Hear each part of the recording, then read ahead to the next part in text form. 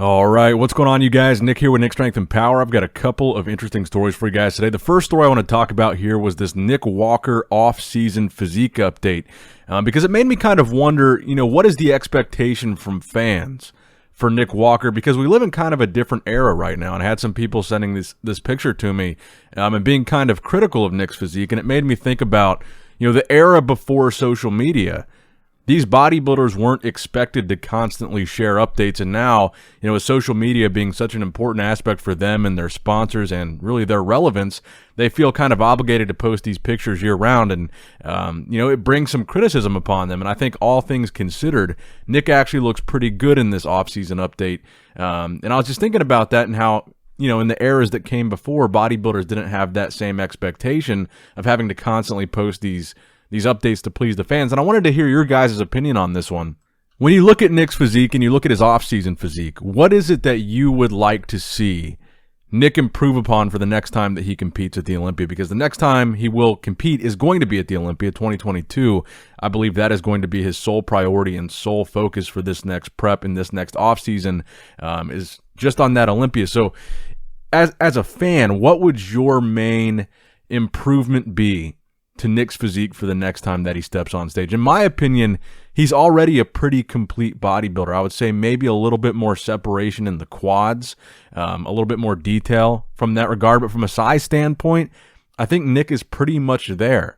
I think the only thing that I would want to see Nick improve on for the next time that he steps on stage is sharper conditioning. I think he already had really sharp conditioning the first time we saw him at the Olympia. So I saw some people criticizing these shots, and it just kind of made me wonder, what people would like to see him improve on, because it is the off-season. This is an off-season picture. And obviously keeping the midsection in check is going to be a very important thing for Nick, but that's not necessarily an improvement he needs to make, because I think on stage so far, he's done a very good job of doing that. But let me know your guys' thoughts in the comment section down below. Now, next up in the news, another update on the Shawn Ray apologizing to Shawn Rhoden's family situation. So, to catch you guys up to speed, if you guys haven't seen the past couple of videos that I've done, Shawn Ray did an interview with Dave Palumbo shortly after Shawn Rhoden's death, where he had some kind of disparaging things to say about Shawn. One of them, the sticking point for a lot of people that really pissed a lot of people off, was Shawn Ray implying that Shawn Rhoden had a drug problem. Not a problem with gear or bodybuilding drugs, but a drug problem, is what he implied with the interview with Dave. Now, today, after Shawn's apology, a lot of people are pointing out that in his apology, he deflects that conversation. He deflects from that part of the conversation where he mentions drugs, and he says that's not what he was talking about, that's not what he was saying, and that's not what he was implying. So this clip is going around. I believe it was posted by Chris Aceto, who was Shawn's coach. So this clip has been going around. I've seen it all over Instagram. So I wanted to share this clip for you guys here too, and get your guys' opinion after you watch the clip. Let me know if you think Shawn was being honest or not, sincere or not, in his apology, because this video, it certainly makes it look like Shawn, straight up lied in his apology, or just deflected entirely from the subject that most people are mad at him for. I always like to share both sides of everything, so here's the other side, the critique of Shawn's apology, and let me know what you guys think of it. And about the drugs in bodybuilding, I misspoke. I mean, listen, Shawn never, ever intimated to me that he had any type of recreational drug issue or drug habit. We were not talking about recreational drugs.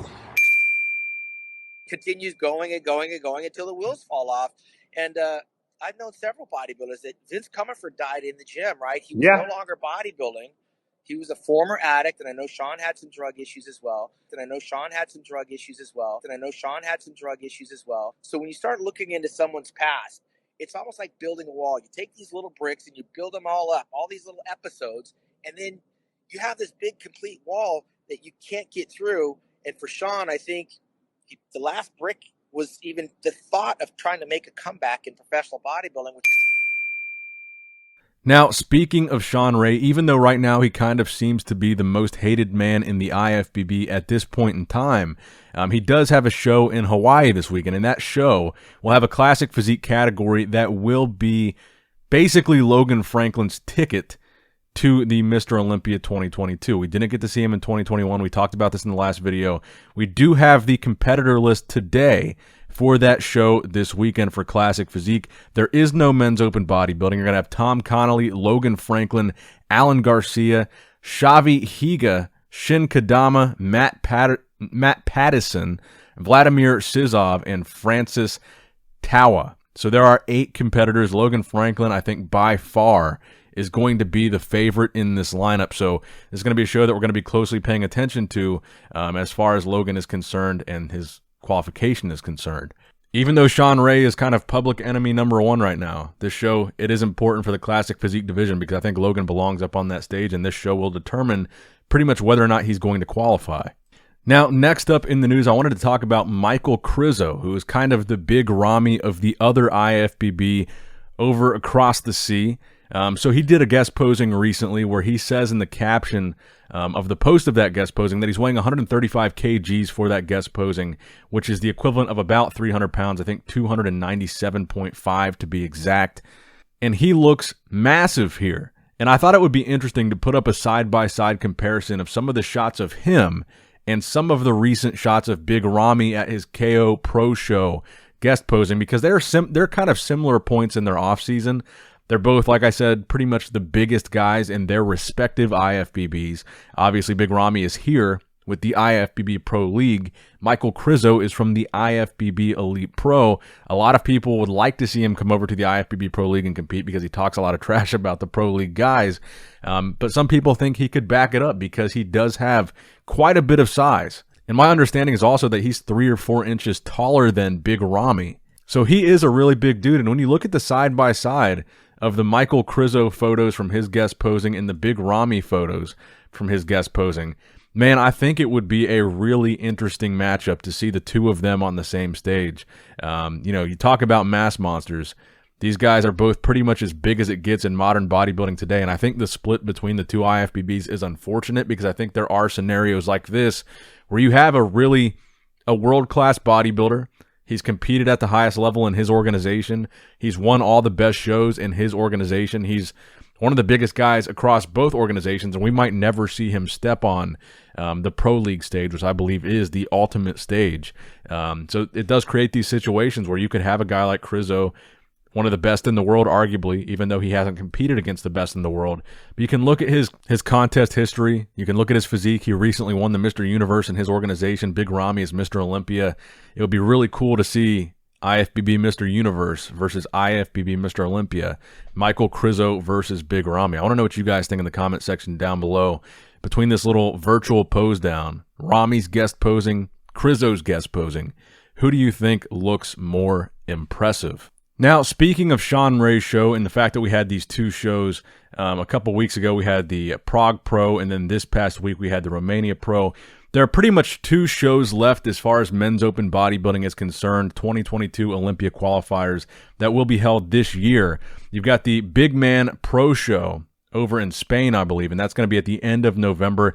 That is a men's open pro qualifier for the Olympia. Then you've got the Toronto Pro December 5th, and that is also going to be a 2022 Olympia qualifier. And I think that's pretty much it until the Arnold Classic in March of next year. So that is pretty much how the bodybuilding season is going to be wrapping up this year.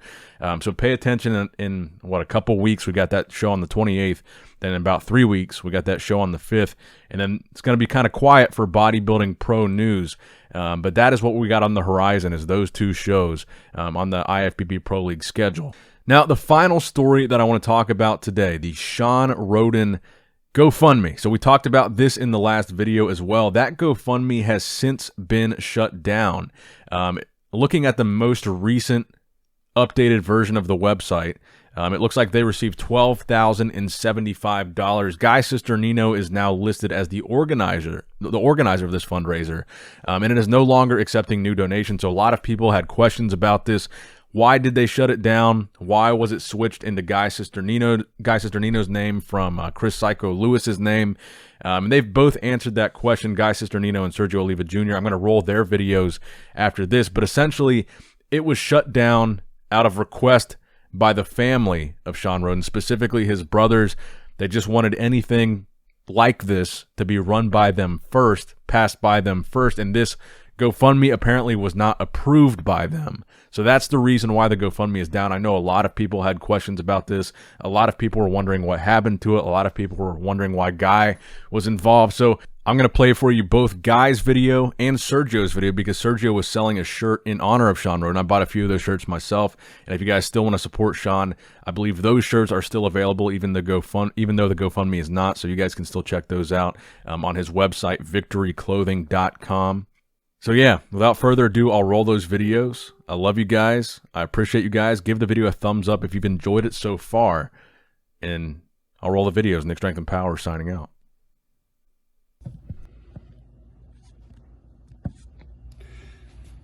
All right, guys, the fact that I even have to make this video is absolutely disgusting. So I spoke with Shawn's brothers last night. They were unaware of the GoFundMe that was started, and they kindly asked that anything moving forward is approved by Shawn's family to do. So they asked kindly that the GoFundMe was taken down, which is why the GoFundMe was in my name, because it was started with good intent, but it wasn't signed off on the people that should have been signed off by.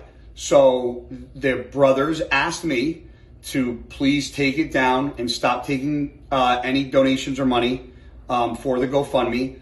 And they asked that anybody that wants to do anything for Shawn, they want it to go through them first. They don't want people just doing things and making things and making GoFundMes or clothing or whatever until it's approved by them. Now, being Shawn's best friend, the godfather of Cora, that's like family to me, so anything they say, I do. So I was getting hate emails today. How the F could you stop the GoFundMe? This is for your goddaughter. What the hell are you doing? I stopped the GoFundMe because I was asked to stop it by Shawn's brothers. Whatever funds are in there is going to be deposited into my bank account and handed to them at the funeral on the 27th. Now, anything else, I'm getting people emailing me like this GoFundMe was started and stopped by me, and I didn't have anything to do with it. I was given the access to it last night to go in and change it and get the money transferred into my bank account, and then whatever was there is going to be given to them at the funeral.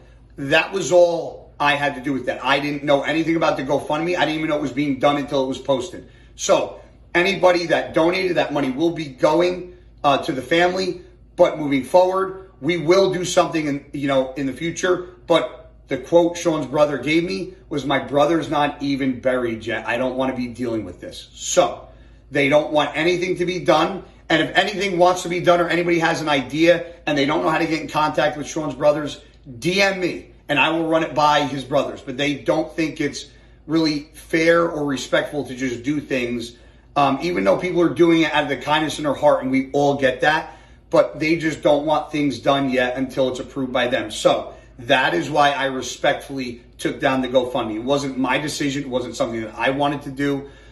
Me, the family, Michelle, everybody were all on the same page. So moving forward, if you guys want to do something for Shawn, Shawn's brothers asked me to please have it approved by them before moving forward.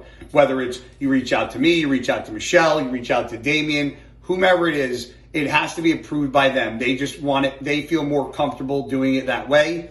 And with Shawn's passing, the only thing we can do is respect his family wishes, which is what I'm doing. So the GoFundMe is no longer for now. We are going to do something for Shawn, but it would be at a later date because we're trying to get through step one, which is burying Shawn at the moment. So please be respectful to his family, his close friends, myself included. I don't need emails like that thinking I stopped the GoFundMe and I don't want money for Cora, because some of the emails you guys sent me are absolutely absurd. So I've been going through a rough time myself. I can't imagine what Shawn's family is going through, his daughter.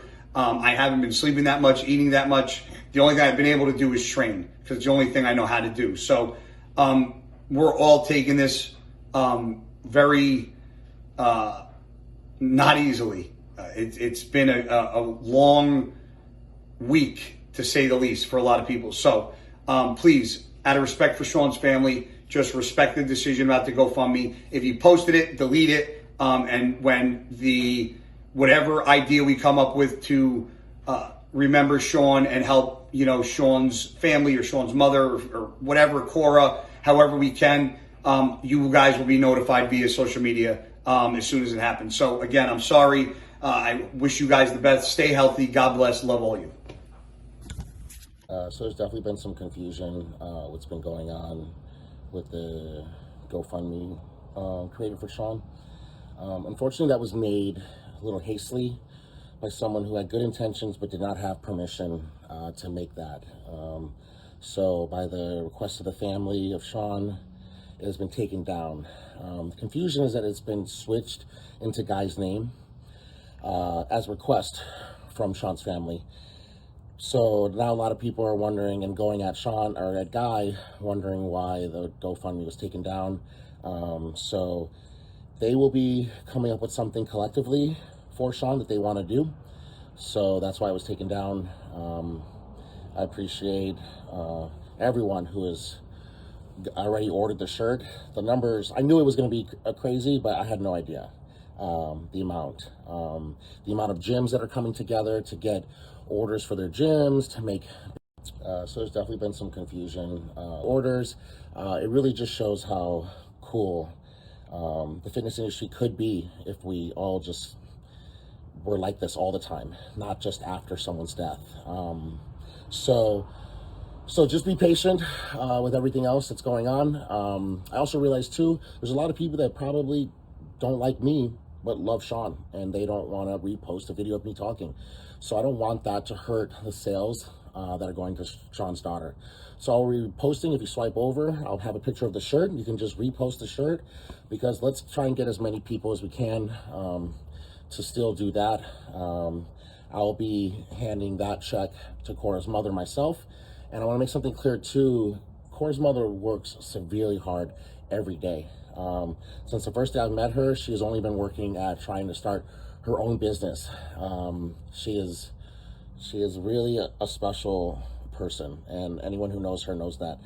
Orders, so this is not by any means any kind of charity. This is not because the things people are saying on social media, it's just so sad. It's disgusting. So I just want to clarify that. That's just something that I feel like, I know Shawn has changed my life.